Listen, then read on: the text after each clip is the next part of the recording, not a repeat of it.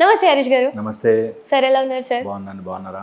బాగున్నాను sir. Thank you so much sir. ఇప్పుడు కొంతమంది ఏమంటారంటే లవ్ ఉన్న దగ్గర డౌట్ ఉంటుంది, అనుమానం ఉన్న దగ్గర ప్రేమ ఉంటుంది. ఇలా ఎవరికి వాళ్ళు దాన్ని అలా మార్చుకుంటూ వచ్చారు. సార్ మీరేమంటారు సార్, ఒక రిలేషన్షిప్లో డౌట్ అనేది ఎంత డేంజరస్? ఈ అనుమానాల వల్ల రిలేషన్స్ ఎలా ఖరాబ్ అయిపోతాయి? డౌట్ ఉండడము తప్పు కాదు, డౌట్ లేకపోవడము తప్పు కాదు. ఆ మధ్యలో ఇరుక్కుంటారు చూసారా, నాకు వచ్చిన డౌట్ వల్ల వాళ్ళు తీర్చాలి, వాళ్ళు ప్రూవ్ చేయాలి అనే దగ్గర వస్తుంది ఇష్యూ. ఇప్పుడు ఆ ఫోన్లో ఏదో చూస్తున్నారు, మా ఆయన ఫోన్లో ఏదో చూస్తున్నాడు అని డౌట్ వచ్చింది, ఎవరితోనూ చాట్ చేస్తున్నాడేమో డౌట్ వచ్చింది అనుకోండి. ఏదో డైరెక్ట్గా వెళ్ళి ఎందుకు ఇలాగా అన్నప్పుడు వాళ్ళ ఆన్సర్ తీసుకోగలగాలి.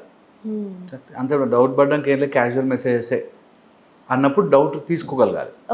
లేదు పకడ్బందీగా ఏదైనా ఉంటే అది ఇంకా డౌట్ కాదు, ఎస్టాబ్లిష్డ్ ఫ్యాక్ట్. ఇగో నువ్వు ఇవి చేస్తున్నావు, ఏం చేద్దాం కదా.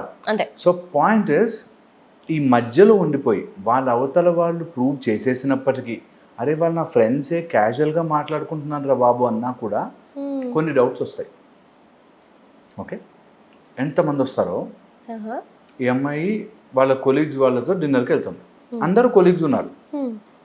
అలా కూర్చున్నప్పుడు ఎవడో పక్కన వచ్చి కూర్చుంటాడు. ఓకే, వీనికి అనుమానం, నువ్వు వాళ్ళతో ఎందుకు వెళ్తావు, నాకు ఇష్టం లేదు వెళ్ళకు అని. అండర్స్టాండింగ్ ఎలా ఉండాలి, అరే మా హస్బెండ్కి నచ్చలేదు అంటే డామ్ నేను అసలు వాడికి కేర్ కూడా చేయను, పక్కన పడేసేసి వాళ్ళతో వెళ్ళకూడదు బయటికి, అలానే అండర్స్టాండింగ్ ఉండాలి. లేదంటే మా హస్బెండ్ డౌట్ వచ్చింది, నేను అది క్లియర్ చేసే బాధ్యత నా పైన ఉంటుంది, అందుకని నేను క్లియర్గా ఇది సీన్, అంత ఎవ్వరికి నేను అంత వాల్యూ ఇవ్వను, యు ఆర్ బెస్ట్ అన్నప్పుడు తీసుకోగలిగే కెపాసిటీ కూడా హస్బెండ్కి ఉండాలి, అవతల సైడ్ నుంచి ఉండాలి. ఓకే, ఈ బ్యాలెన్స్ తెలియక అనుమానించాను అనగానే కోపం వస్తుంది సార్. అసలు నువ్వు నన్ను అనుమానిస్తావా, నీకేంటి? అనుమానం రావచ్చు, ఎవరికైనా రావచ్చు అనుమానం. రిలేషన్షిప్లో ఉన్న ప్రతి వాడికి అనుమానం రావచ్చు.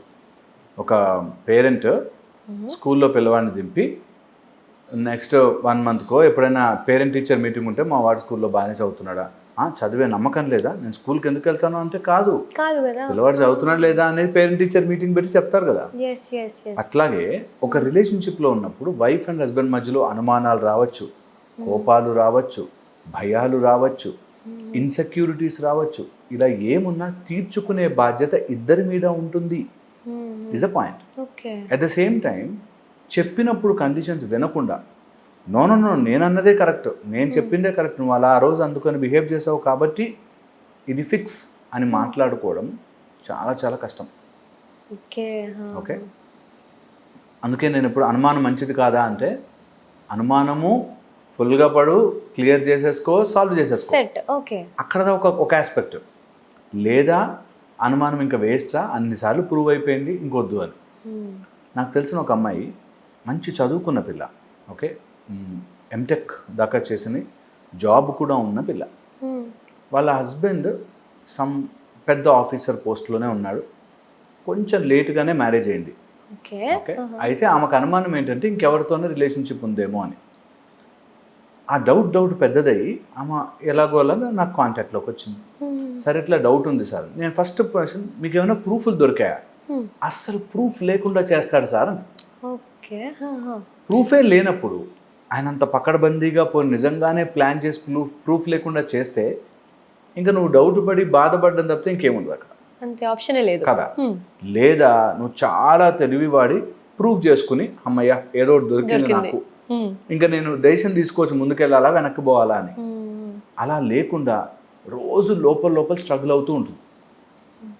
ఎప్పుడూ లేని ఈ మధ్య పర్ఫ్యూమ్ వేసుకుంటున్నాడు సార్ అంటే అనుమానము డైరెక్ట్గా లేదు, కొన్ని అలా పాయింట్స్ కలుపుకుని అనుమానం పడుతూ ఉంటారు. అనుమానం రావచ్చు, క్లియర్ చేసేసుకోవాలి అక్కడికక్కడే.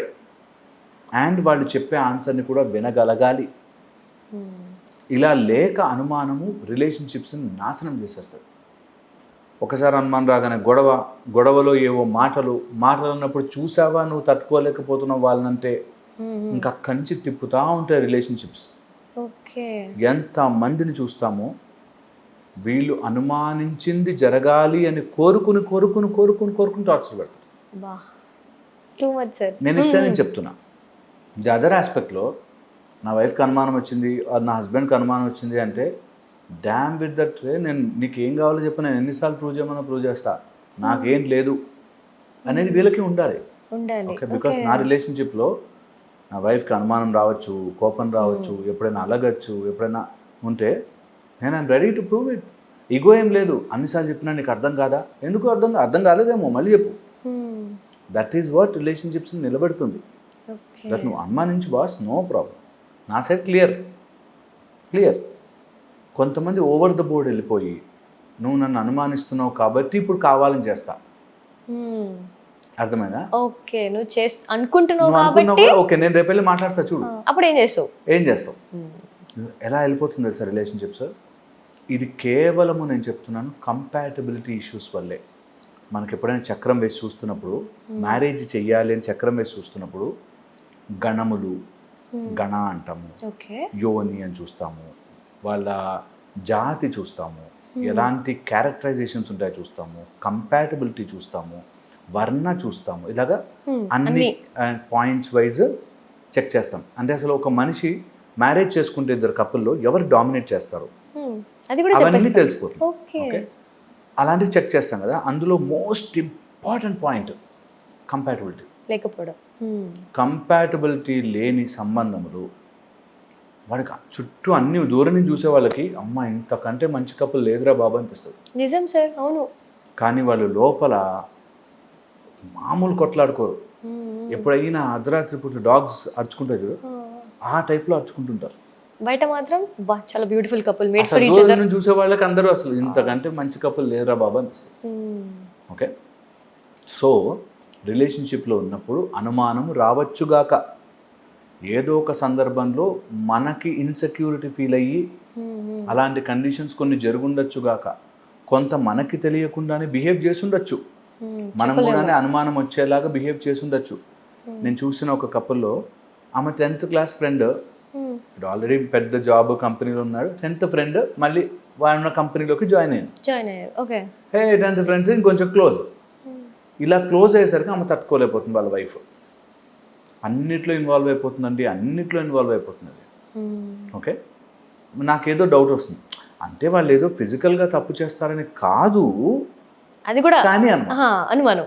ఓకే, సో పాయింట్ ఇస్ ఈ జంక్షన్లో ఉన్నప్పుడు సెపరేట్ చేసుకోవాలి, మాట్లాడుకోవాలి, ఆ మాట్లాడుకునే స్పేస్ ఉండాలి, అండ్ అలాంటి వాటి గురించి ఒక పర్టికులర్ టైం పెట్టుకోవాలి. రిలేషన్షిప్లో రిపేర్ చేసుకోవడానికి నీ పాయింట్ ఇస్ ఫెయిర్ ఎనఫ్, నా పాయింట్ అర్థం చేసుకో, లేదా నువ్వు సాల్వ్ చేసుకోలేకపోతున్నావా నేను తగ్గుతా అనేది చాలా చాలా ఇంపార్టెంట్. లేకపోతే ఆ పట్టు విడుపులు లేకపోతే లెక్క వేసుకుంటుంటారు తెలుసా, అప్పుడు నేను తగ్గాను కదా ఇప్పుడు నువ్వు తగ్గు, దాంట్లో కూడా లెక్కలు వేస్తుంటారు. సో అది వెరీ వెరీ డేంజరస్. అలా పెస్టర్ అయ్యి రిలేషన్షిప్స్లో దూరం అయిపోతారు. అంటే సార్ ఇప్పుడు మామూలుగా ఈ డౌట్స్ రావడానికి రీజన్స్ ఏముంటాయి సార్? అంటే వేరే వాళ్ళతో మాట్లాడగానే అనుమానం వచ్చేసింది, చాట్స్ చేయగానే మనకి డౌట్ వచ్చేసింది. కొంతమందికి mentally they have that problem, అన్నిటినీ అనుమానిస్తుంటారు.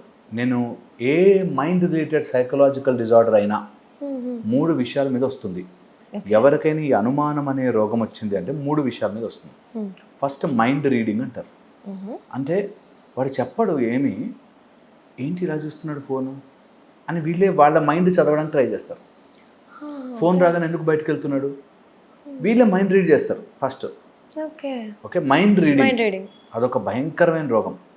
అవతల వాడు మైండ్ నుంచి ఆ మాత్రం అర్థం కాదా అండి, వాళ్ళే అర్థం కాకపోతేనే నయం రా బాబు, వచ్చి చెప్పని, ఆ ముఖ్యేదో వచ్చి చెప్పని, లేదా రెడ్ హ్యాండెడ్గా దొరకని.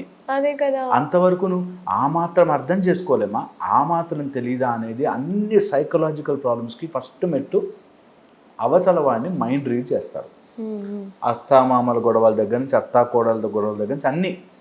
ఆ రోజు నేను వెళ్ళాను, కావాలని చిన్న కోడలతో ఎక్కువసేపు మాట్లాడుతుంది, కావాలని సార్ నేను అక్కడ ఉన్నా, నన్ను పలకరించలే, ఏమో వాళ్ళు చూడ, నీకెందుకు వాళ్ళ గొడవ, అదే కదా, మైండ్ రీడ్ చేస్తారు వాళ్ళు. కావాలని నేను ఏదో మాట్లాడుతుంటే దానికి రిలేటెడ్గా కంటెంట్ ఎలా మాట్లాడుకుంటారంటే అండి, ఏదో violet sari, violet pink colour red colour sari, వాళ్ళు కూడా సేమ్ ఏదో విషయం మీద వైలెట్ అని 4 సార్లు మాట్లాడుకున్నారు సార్. అంటే నేను వైలెట్ వద్దన్నానని నన్ను దెప్పడం కోసం వాళ్ళు కావాలని వైలెట్ అని 4 సార్లు మాట్లాడుకున్నారు. సో ఫస్ట్ మైండ్ రిలేటెడ్ సైకలాజికల్గా మైండ్ రీడింగ్. నెక్స్ట్ వచ్చేసి కెటాస్ట్రోఫైజింగ్ అంటారు. అంటే అన్ని పెద్దగా ఇంకా అయిపోయింది, భూమి బద్దలైపోయింది అన్నట్టుగానే ఆలోచిస్తారు. ఈ అనుమానం అనే రోగంలో వచ్చినప్పుడు నా బతుకు ఏమైపోతుంది, ఫ్యూచర్ ఏమైపోతుంది, పిల్లలు ఏమైపోతారు, ఇలా ఉంటే సొసైటీలో నా పరువు ఇంకా అన్ని కెటాస్ట్రోఫైజింగే. కెటాస్ట్రోఫైజింగ్ ఎంత భయంకరమైన రోగం అంటే ఇక మిడిల్ ఉండదు. ఏమో చెప్తే వింటాడేమో, ఏదైనా జరుగుండొచ్చు, మాట్లాడుతున్నాడేమో, ఇవేముండదు. డైరెక్ట్గా అయిపోయింది, నా కాపురం కూలిపోయింది, సర్వనాశనం అయిపోయాము, అందరి ముందు పరుగు పోయింది, ఇంకా నేను రోడ్డు మీదకి వచ్చేసాను, ఇలా కెటాస్ట్రోఫైజ్ చేసి ఆలోచిస్తారు. ఓకే. థర్డ్, మైండ్ రిలేటెడ్ ఏ రోగము రావాలన్నా ఓవర్ థింకింగ్. అది ఇంకా లూప్లో పడి ఆలోచిస్తూనే ఉంటారు. వీళ్ళు వంట చేస్తున్నా, పడుకున్నా, నిద్రపోతున్నా, ఆయన హ్యాపీగా పడుకున్నాడు, నాకే రావట్లేదు అంటే మళ్ళీ మళ్ళీ మళ్ళీ మళ్ళీ మళ్ళీ మళ్ళీ ఈ మూడిటి వల్ల అన్ని మానసిక రోగాలు వస్తాయి. దానికి తోడు అనుమానం యాడ్ అయితే సర్వనాశనం. సార్ ఇప్పుడు మీరు ఓవర్ థింకింగ్ అన్నారు కదా, సో ఇప్పుడు మనకి ఇష్టమైన వాళ్ళ గురించి కొంచెం ఎక్కువగానే థింక్ చేస్తారు. అరే తిన్నాడా లేదా, ఏం చేస్తున్నాడు ఏమో ఈ టైంలో, ఏం అంటే ఇట్లా వాళ్ళ గురించి ఎక్కువ ఆలోచించడం, వాళ్ళ గురించి ఎక్కువ అరే ఏం చేస్తున్నాడు తిన్నాడా లేదా, ఈ కేరింగ్ వల్ల కూడా ఇలా డౌట్స్ రావచ్చా సార్? అబ్సల్యూట్లీ వస్తుంది. ఓవర్ కేరింగ్ వల్ల. నేను ఎప్పుడు అంటుంటాను, మన సూపర్ మైండ్ పవర్లో కూడా చెప్తుంటాను, దరిద్రుడికి ఆకలి ఎక్కువ, ఓకే, చేతగాని వాడికి ఫీలింగ్స్ ఎమోషన్స్ ఎక్కువ. చేతగాని వాడికి ఓవర్ ఫీల్ అయిపోతుంటారు, ఓవర్ ఎమోషన్స్, ఇంకా అవతల వాడిని ఉక్కిరి బిక్కిరి చేసి ప్రేమలో చంపేస్తుంటారు. అదే కదా సార్, చాలా మంది సఫర్ అవుతారు ఇలా.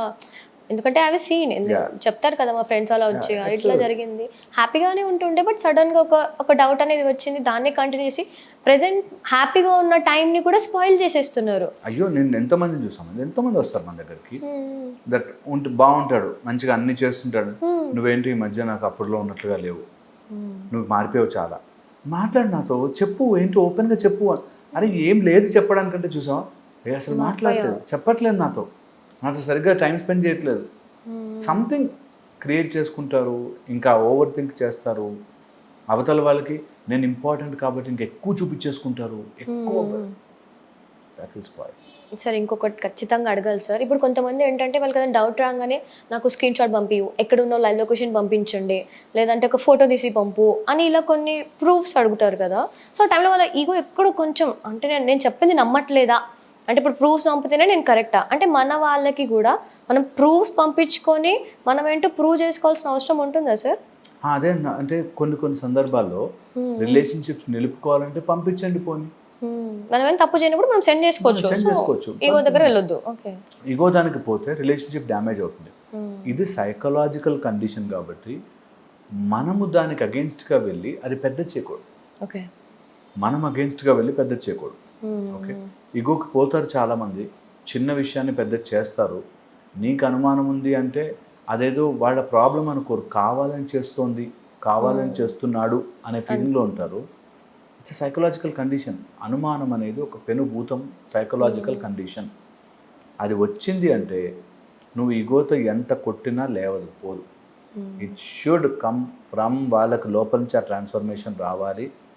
By meditation, by understanding the depth of the relationship, లేకపోతే మరీగా ఉంటే కౌన్సిలింగ్ వాళ్ళను, లేకపోతే మాత్రం అనుమానం వచ్చింది అంటే అవుట్ అండ్ అవుట్ అయిపోతుంది. అంతే, వాళ్ళు సఫర్ అవుతారు, అవతల వాళ్ళని కూడా సఫర్ చేస్తారు.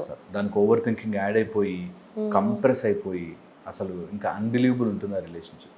సో ఏమున్నా మీరు అన్నట్టు కొంచెం క్లియర్ చేసేసుకుంటే ఓపికతోటి క్లియర్ చేసుకుని కంపాటబిలిటీ ఉండాలి. అదే అరే నాకు బోత్ రిలేషన్షిప్స్ ఆర్ ఇంపార్టెంట్ అని తెలుసుకుంటే బోత్ సైడ్స్ వాళ్ళకి ఉండాలి, వీళ్ళకి ఉండాలి. అన్నిసార్లు నేను ఊరికి అడగడం బాగుండదేమో. ఎంతోమందిని చూసాను అట్లా రిలేషన్షిప్స్లో ఉన్నప్పుడు, ఆఫీస్లో మీటింగ్ అవుతూ ఉంటుంది, అప్పటికప్పుడు కాల్ చేసిన ఎందుకు ఎత్తట్లేదు, ఎందుకు కాల్ చేయట్లేదు, ఎందుకు ఎత్తట్లేదు, సిచ్యువేషన్ అర్థం చేసుకోకుండా అదే మీటింగ్లో ఉన్నా, ప్రెజెంటేషన్ మధ్యలో ఉన్నా అర్థం చేసుకోవేంటి, పదే పింగ్ చేస్తుంటారు, వేరే అని. అదేదో కనెక్ట్ ఉంటుంది ల్యాప్టాప్కి, ప్రజెంటేషన్ కనెక్ట్ అయిపోయి ఉంటుంది, అందరు కూర్చొని ఉంటారు, చూస్తూ ఉంటారు. It looks tough situations. కొంతమంది సఫర్ అవుతారు అట్లాగా. కొంతమంది ఎంతోమంది నేను చూశాను ఇలాంటి విషయం వల్ల మనసు విరిగిపోయి అసలు ఇంకా నాకు ఇంకా వద్దు, అసలు పెళ్ళే వద్దు, రిలేషన్షిప్ వద్దు అనేది స్టేజ్కి వెళ్ళిపోతారు. అలా ఉన్నారు చాలామంది. సో అనుమానం రావచ్చు, ఒక స్టేజ్ వరకు బాగానే ఉంటుంది, తీర్చుకోవచ్చు.